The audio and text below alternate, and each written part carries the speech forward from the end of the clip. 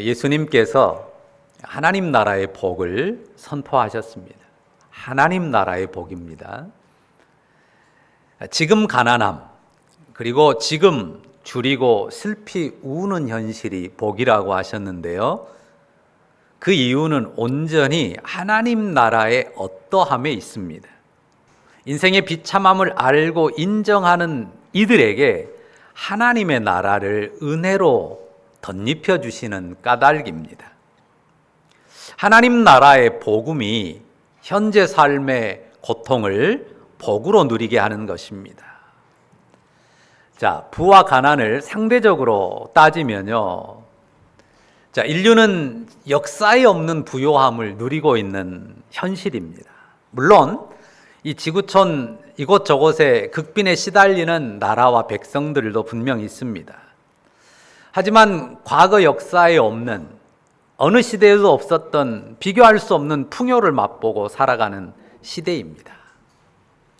지금 얼마나 뜨거운 여름입니까? 그래서 생각이 나더라고요. 나이 드신 분들 옛날에 이 시기를 냉장고도 없이 지났잖아요. 저 어린 시절에도 이 얼음을 사다가 아이스박스에 넣고 반찬 좀 보관하고 그랬던 기억이 나요. 어느 동네 한쪽에 커다란 냉동고, 거기서 얼음 톱으로 썰어가지고 팔면 그거 사다가 아이스박스에 넣고 거기다 음식물 겨우 보관했던 기억이 나요. 수박도 요즘처럼 시원한 수박이 어디 있습니까? 그러니까 얼음 깨가지고 부어서 화채 만들어서 시원하게 먹고 했던 그런 옛날 추억을 기억하시는 분들이 있을 겁니다. 지금은 얼마나 부유한 세상입니까? 자, 그런 현실임에도 불구하고요, 바뀌지 않는 게 있어요. 그것은 인생의 절대 가난이에요. 아무리 부하게 되고 좋아지고 또 넉넉해져도 이 절대 가난이라고 하는 인생의 가난, 주림에서, 울음에서 벗어나지 못하는 인생이라는 사실은 바뀌지 않습니다. 결국은 아픔에, 질병에, 죽음에 굴복하고 쓰러지는 인생이지 않습니까? 가난한 인생이에요. 울며 애통할 수밖에 없는 가난한 인생임을 절대 잊어서는 안 됩니다. 그 주림과 울음을 알고 머리 숙이는 겸손함, 이것을 반드시 갖추어야 합니다. 사람 앞에서 뿐만 아니라 누구보다도 하나님 앞에서 겸비하게 엎드려야 합니다. 가난이, 그리고 울음이, 주림이 복이라고 할 때의 핵심은 바로 그 낮춤이에요.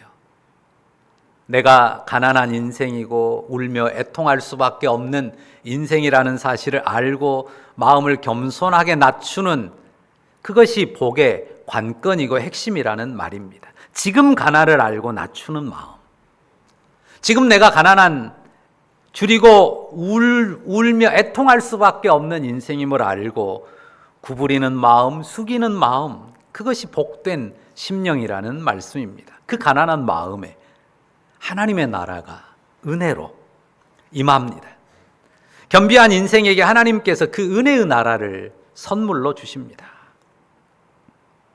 여러분과 제가 주 예수님께서 하나님 아버지 되시는 그 영원하고 부요한 나라의 백성임을 믿습니다. 그 나라의 선물을 우리가 풍성히 알고 누리는 것이 무엇보다 소중할 것입니다. 자, 오늘은 사실은 더 넘어가려고 했는데 여기 선지자에 대한 내용을 좀 상고하는 것이 필요하겠다 싶어서 23절과 26절에 나온 선지자에 대해서 상고하려고 합니다. 자, 22절과 23절을 먼저 읽어보실까요? 22절, 23절 같이 읽습니다.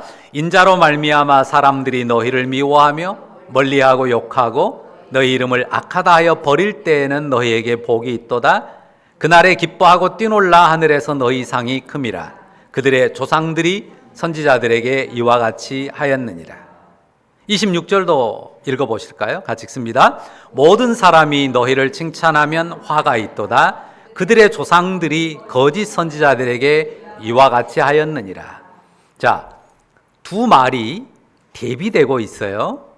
자, 똑같은 말인데요. 그들의 조상들이 이와 같이 하였느니라.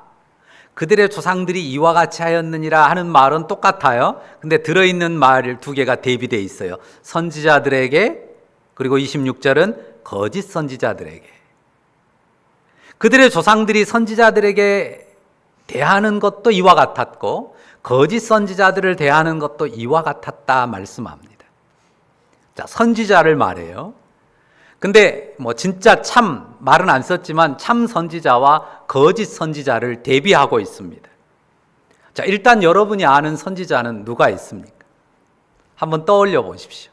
성경에 선지자들의 이름이 있습니다. 구약 성경에 굉장히 긴 성경, 거기에 선지자의 이름이 있어요. 누굽니까?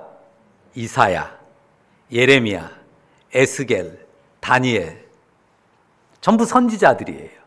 선지자의 이름이 이사야, 예레미야, 에스겔, 다니엘. 그리고 또 구약 성경 맨 끝에 가면 호세아, 요엘, 아모스, 좀 작은 분량으로 선지자들의 이름으로 붙은 성경이 있습니다.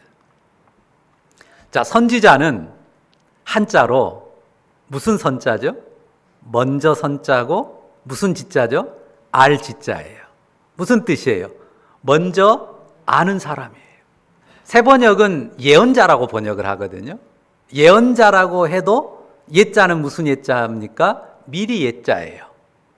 언자는 말씀 언자예요. 미리 알아서 말하는 사람, 먼저 아는 사람. 선지자라고 하든 예언자라고 하든 먼저 알아서, 미리 알아서 그것을 말하는 사람입니다. 우리 주변에도, 우리 전통사회에도 지금도 그런 비슷한 일을 하는 사람들이 있죠.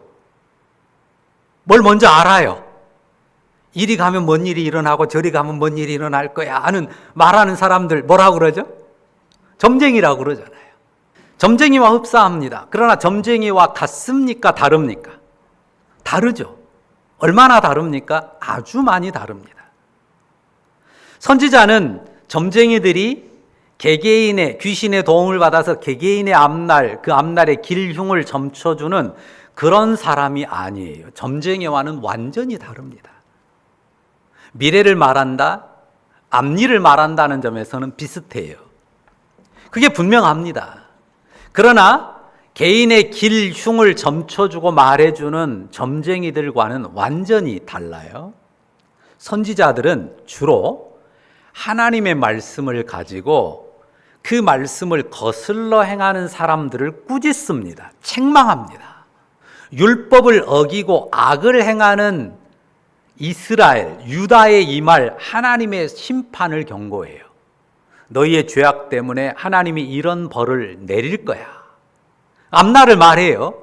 그런데 그들의 죄악을 말하고 죄악을 책망하고 그 죄악에 대해서 하나님이 보내실 재앙을 경고한단 말이죠. 미리 말합니다. 앞날을 말하는 건 맞는데요. 주로 뭘 말해요? 다가올 심판을 이야기합니다. 물론 죄를 꾸짖고 회개를 촉구하죠. 이것이 선지자들의 매우 일관된 공통점이에요. 이사야든 에레미야든 에스겔이든 초점이 약간씩 다른 면들은 있지만요. 하나님 앞에서 율법에서 그 길에서 떠난 사람들의 죄악을 책망하고 회개를 촉구하면서 그들에게 임할 심판을 경고한다는 점에서 일관된 공통점을 가져요. 자, 선지자들이 받는 대접. 오늘 말씀의 초점은 그거거든요. 자, 선지자들이 받았을 대접을 이제 생각을 해 보실까요? 아마 여러분이 들었을 수 있고 이미 알았을 수 있고 또 선명하게 아는 예도 있을 겁니다. 자, 제가 선지자 중에 제일 처음으로 누구를 말했습니까? 이사야를 말했어요. 자, 이사야가 어떻게 죽었다고 하는 전해 내려온 이야기가 있습니다. 성경에는 기록은 없지만 이사야가 어떻게 죽었다고 여러분들은 들었나요? 제가 아까 얼음을 톱으로 잘라서 준 것에 대해서 이야기했는데요. 유다 가운데 가장 악했던 왕 중에 하나가 므낫세예요. 그 므낫세가 이사야를 톱으로 켜서 죽였습니다. 매우 비참한 죽음을 맞았어요. 자, 22절과 23절을 한번 다시 보시겠어요? 자, 인자로 말미암아 사람들이 너희를 미워하고 멀리하고 욕하고 너희 이름을 악하다 하여 버릴 때는 너희에게 복이 있도다. 그날에 기뻐하고 뛰놀라 하늘에서 너희 상이 큼이라. 그들의 조상들이 선지자들에게 이와 같이 하였느니라. 선지자들에게 너희 조상들이, 그들의 조상들이 이와 같이 하였다는 이와 같이 한 예가 조금 전에 말씀드린 이사야의 죽음의 예입니다. 자, 인자이신 예수님으로 말미암아 사람들에게 미움과 배척, 모욕과 멸시를 받는데, 심지어는 이사야 선지자가 받았던 것과 같은 그런 대접도 받을 수 있다는 말이죠. 그러면 선지자가 왜 그런 대접을 받았습니까? 자, 기륭을 점쳐주고, 여기로 가면, 이 길로 가면 위험을 피하고 이 길에는 재앙이 있어 하는 식으로 길흉을 점쳐주는 점쟁이면 복채만 받겠죠. 그런데 그렇게 길흉을 점쳐주고 피하도록 돕는 점쟁이가 아니란 말이죠. 어쨌다고요? 하나님의 말씀에서 벗어난 그 거슬러 행하는 악을 질타했어요. 너희들이 이런 악을 행해서 하나님이 진노하셨다. 그래서 너희가 벌을 받을 것이다. 회개를 촉구하면서 회개하지 않는 너희에게 참혹한 멸망이 임박했다고 경고했거든요. 그러니까 어떤 말을 하는 거예요? 듣기 싫은 말을 하는 거예요. 괴로운 메시지를 그냥 한번 전하고 끝난 게 아니라 공공연하게 선포하고 다닌단 말이죠. 이사야가, 예레미야가. 그러니까 두고 볼 수가 없는 거예요. 그래서 잡아다가 묶어놓고 때리고 그러다가 결국 죽여 없애기도 했던 것입니다. 자, 아까는 이사야를 이야기했고요. 그 다음 예레미야, 조금 더 뒤시대의 선지자인데요. 유다 땅의 죄악을 질타하면서 임박한 멸망을 예고했습니다. 그런데 이 예레미야와 결이 다른 선지자들도 있었어요. 그 사람들이 오늘 본문에 어떤 선지자들이라고 나와요? 거짓 선지자들로 나옵니다. 그런데 그 거짓 선지자들은 여기도 말씀하는 것처럼 모든 사람들이 어쨌다고요? 칭찬했어요. 예레미야와는 정반대의 말을 했거든요. 예레미야는 예루살렘이 멸망한다고 예고했어요. 하나님이 예루살렘을 멸망시킬 거야. 심지어는 이 예루살렘 성전도 하나님이 완전히 부서뜨려 버릴 거야. 그러니 너희가 좋게 항복하는 게 차라리 사는 길이야 라고 말을 했거든요. 그런데 거짓 선지자들은 예레미야가 엉뚱한 말, 거짓말 한다고 오히려 덮어 씌웠어요. 그리고 뭐라고 했습니까? 굉장히 그럴듯한 말을 합니다. 하나님의 성전이 있는 이 예루살렘 성이 무너질 수 없다. 하나님의 성전이 있는 이 예루살렘 성이 어떻게 무너지냐? 저 예레미야가 거짓말하는 선지자다. 그러니까 예루살렘의 권력자들, 또 대제사장, 기타 제사장들, 그 거짓 선지자들의 메시지를 환영하죠. 칭찬하죠. 맞아. 네 말이 옳아. 그리고 좋게 잘 대접했습니다. 물론 100%는 아니지만요. 대다수가, 그리고 그 예루살렘 유대의 주류 사회가 거짓 선지자들의 메시지를 환영했고 칭찬했습니다. 그들의 말을 들었어요. 그래서 예레미야에 대해서는 어떻게 했습니까?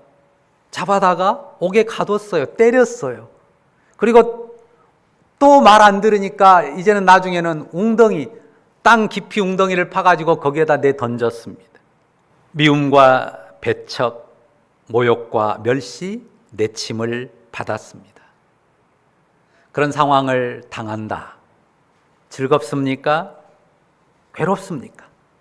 즐겁고 유쾌할 리가 없죠. 괴롭습니다. 슬픕니다. 기쁘지 않습니다. 우울하죠. 내가 참을 말하는데, 참 대신 하나님의 말씀을 전하는데 멸시를 받는단 말이에요. 배척을 받는단 말이에요. 유쾌하지 않습니다. 우울해요. 슬프죠. 예수님께서는 당신의 말씀을 따를 때 이사야나 예레미야처럼 또 다른 선지자들처럼 그런 식의 대접을 받을 수 있다는 사실을 말씀하셔요. 그리고 너희들도 그 선지자들의 대열에 설 수 있다. 이 말씀을 하시는 거예요.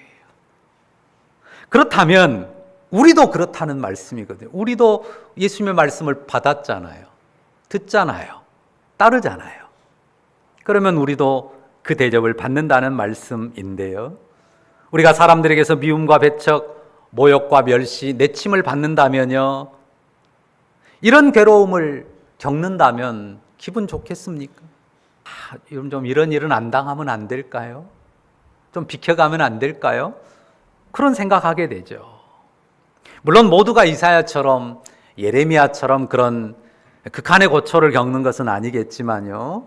분명한 건 이 예수님의 도리를 따를 때 예수님이 분명히 말씀하시거든요. 이런 고난을 겪을 수 있다. 크고 작은 고난을 겪는 것이 분명합니다. 중요한 건 예수님 말씀하신 것은 그런 고난을 겪을 때 어떤 태도를 취하라는 거예요. 자, 예수님의 선포가 뭡니까? 그런 고난을 맞이하는 우리의 태도가 어떠해야 된다고요? 그럴 때는 너희에게 복이 있도다.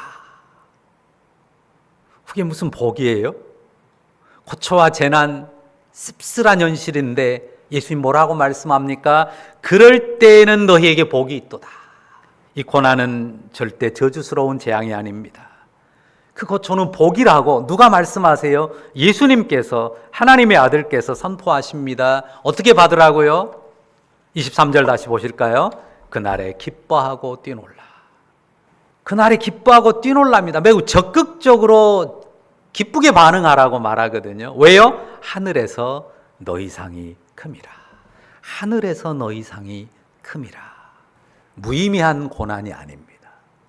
무가치한 고난이 아닙니다. 그 고난으로 인해서 하늘에서 지극한 상급이 주어진다는 사실을 예수님은 분명히 말씀하십니다. 단순히 이 땅의 삶만 생각하면 불행하죠. 선지자들처럼 불행한 사람들이 없어요. 뻔히 백성들이 안 들을 말씀을 그 안 듣는 목이 곧은 백성들 앞에 가서 열심히 전하고 그리고 고난 받는단 말이에요. 얼마나 참 비참합니까? 이 세상의 삶만 보면 굉장히 불행한 삶처럼 보입니다. 그리고 특히 어떤 사람들에게 고난받아요? 기득권이 있는 사람들, 힘이 있는 사람들, 가진 사람들에게 배척당하고 고난을 받습니다. 그래서 고통이 커요. 그러나 이 땅이 다가 아닙니다. 땅의 삶이, 땅의 시간이 전부가 아닙니다. 뭐가 있다고요? 하늘이 있습니다. 하늘의 삶이 있습니다. 하늘의 시간이 있습니다. 영원히 있습니다. 분명하게 말씀합니다. 하늘에서 여러분의 상이 클 것입니다. 오늘 설교 제목을 뭐라고 붙였나요? 선지자의 길이라고 붙였습니다. 자, 분명하게 말씀드립니다. 주 예수님을 믿는 여러분은 선지자의 길에 서 있습니다. 주 예수님을 믿고 그분의 말씀을 따르는 여러분은 선지자의 길에 서 있습니다. 물론 구약의 선지자들과 똑같은 길은 아니죠. 우리가 듣고 믿고 말하는 것은 구약의 선지자들과 약간은 결은 다를 수 있습니다. 하지만 확실하게 같은 점을 분명하게 찾을 수 있어요. 선지자들의 메시지와 정확히 일치하는 내용이 우리 본문에서 다시 한번 확인해 볼까요? 25절을 다시 한번 같이 읽어 보실까요? 자, 25절을 다 같이 읽습니다. 같이 읽습니다. 화 있을진저 너희 지금 배부른 자여 너희는 줄이리로다. 화 있을진저 너희 지금 웃는 자여 너희가 애통하며 울리로다. 자, 지금 배부릅니다. 지금 웃으며 삽니다. 그러나 반드시 줄일 것입니다. 반드시 애통하며 울게 될 것입니다. 자, 선지자들의 메시지도요, 약간 결이 다를 뿐 똑같은 메시지입니다. 반드시 줄일 거야. 반드시 애통하며 울게 될 거야. 에레미야의 메시지도 이사야의 메시지도 그 메시지였습니다. 지금 예루살렘 너희의 평안, 너희의 안전, 배부름, 웃음, 이것이 너희의 궁극적인 운명이 아니야. 너희가 굶주리게 될 거야. 애통하며 울게 될 거야. 그 운명을 피하지 못할 거야. 너희의 죄 때문에 하나님의 심판을 받고 멸망에 이르게 될 거야. 선지자들의 일관된 메시지였어요. 예수님의 메시지하고 똑같아요.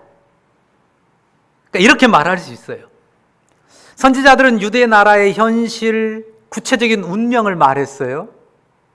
그것을 예수님께서는 인류에게 일반화한 메시지로 전해주셨다고 할 것입니다. 너희가 줄일 것이야. 너희가 애통하며 울게 될 거야. 자, 우리가 복음을 말하고 그 말씀을 우리 영혼에 새겼지 않습니까? 우리가 그 말씀의 도를 따르고 고백하면서 산단 말이죠. 그러면 아까 말씀드린 것처럼 여러분들이 선지자의 길에 서 있는 사람들이에요. 여러분 한 사람 한 사람이요, 선지자예요. 뭘 아는 사람들이에요. 뭘 내다보는 사람들이에요. 뭘요? 인생이 결국 줄이게 될 거야. 인생이 결국 애통하며 울게 될 거야. 선지자들이 내다본 것을 여러분들이 다 알고 내다보고 있어요. 여러분들이 선지자예요. 여러분이 예언자입니다. 그러니까 점쟁이들 그 별거 아닙니다. 그 앞에서 괜히 기죽고 주눅들 필요 없어요. 여러분이 인류의 운명을 아는 선지자들이에요. 인류의 운명을 여러분의 입술의 믿음의 고백으로 또 예언으로 삶으로 선포하는 사람들입니다. 우리가 줄이리로다. 우리가 애통하며 울리로다. 이것을 말하는 사람들이에요. 예수 믿는 사람들은 이것을 말합니다. 물론 늘 말씀드리지만 우리가 부와 가난 앞에서 부를 절대로 함부로 대하거나 가볍게 말해서는 안 됩니다. 부에 대해서 적대적인 태도를 취해서도 안 됩니다. 그러나 부에 목매지 않습니다. 가진 부를 과시하거나 그것으로 나를 높이지 않아요. 무엇을 고백합니까? 난 가난한 인생이야. 우리는 줄인 인생이고 애통하며 우는 인생이야. 내가 그런 인생이야. 우리가 다 그런 인생이야. 라고 고백하는 것입니다. 이 마음의 중심과 고백을 가지고 산단 말이에요. 하나님 은혜 앞에 살아요. 이 믿음을 고백하고요. 이 믿음을 삶으로 외치며 사는 거예요. 그러니까 불신자들이 볼 때, 안 믿는 분들이 볼 때 이해할 수 없다고 말하고, 때로는 어리석다고 말하고, 때로는 수군거리고 뒷담화하고, 또 때로는 소외시키기도 하고, 그럴 수도 있단 말이죠. 그러나 변함없이 그 중심과 고백을 가지고 살아요. 그래서요, 초대교회 로마에서요, 이 권력자들이 기독교를 심하게 박해했던 이유 중에 하나도 그거예요. 귀족인데 예수만 믿으면 귀족같이 안 살아요. 귀족이 귀족같이 살아야 되는데 예수 믿는 도에 들어가고 나면 이상하게 바뀐단 말이에요. 천한 것들하고 어울려 다니고 귀족같이 안 살아요. 가난한 인생됨을, 줄인 자임을, 애통하고 우는 인생으로 자기를 겸비하게 낮추고 살아가는 것이 결국은 두려움을 준 거예요. 그래서 더욱 복음을 배척하게 만들기도 했던 거예요. 우리가 이 중심과 고백을 가지고 하나님 앞에 사는 거예요. 그러니까 어떻게 살아요? 진실하게 살아요. 겸손하게 삽니다. 허영을 물리칩니다. 위선과 허세를 물리쳐요. 정말 겸손하게, 또 겸손하게 살아요. 정말 겸손하게, 또 겸손하게 살아요. 무엇을 바라봅니까? 이 세상만 바라보는 게 아니에요. 이 세상과 비교할 수 없는 하늘의 상급을 바라보는 거죠. 이 세상의 부는 잠시 잠깐이에요. 이 세상에 누리는 것들은 잠시 잠깐일 뿐입니다. 이 세상과 비교할 수 없는 하늘의 상급, 그 나라의 생명, 영광을 바라보며 사는 겁니다. 하늘에서 너희의 상이 큼이라. 그래서 비웃음과 조롱도 받지만, 선지자들이 받았던 것과 같은 대접도 받지만요, 하늘의 상급과 영광을 풍성하게 받아 누리게 되리라고 믿습니다. 복음을 믿고 복음 앞에 가난하고 줄이고 애통하며 우는 여러분이 이 세상에서 선지자예요. 예언자입니다. 선지자로서 때로 고난도 받을 것입니다. 그러나 분명한 것, 선지자의 상과 영광을 받을 것입니다. 세상 고난 가운데서도 하늘의 상급을 바라보면서 기뻐 뛰놀 줄 알고 이 땅 가운데 선지자의 위엄과 영광을 가지고서 믿음의 삶 담대하게 살아가는 여러분들 다 되시기를 주의 이름으로 축원합니다. 기도하십시다. 사랑해 주님 감사합니다. 합당하지 못한 가난한 우리를, 굶주리고 울며 애통할 수밖에 없는 우리를, 그렇게 죽음에 굴복하고 신음할 수밖에 없는 우리를 영원한 하나님 나라 생명과 기업에 이르도록 복 주셨음을 감사합니다. 이 땅에서 우리의 가난이, 주림이, 눈물이 영원한 하나님 나라를 바라보는 복의 통로로서 우리 안에서 축복으로, 기쁨으로 누려지게 하옵소서. 우리가 선지자로 이 땅에 서 있으며 복음 안에서 선지자로 이 땅을 살아갈 때 고난도 있지만 고난을 넘어서는 영원한 상급과 생명과 영광이 분명함을 바라보면서 두려워하지 않고 담대히 기쁨과 즐거움으로 고난에 맞서서 믿음의 삶 꾸려가는 주의 백성들 되게 하옵소서. 예수님의 이름으로 기도합니다. 아멘.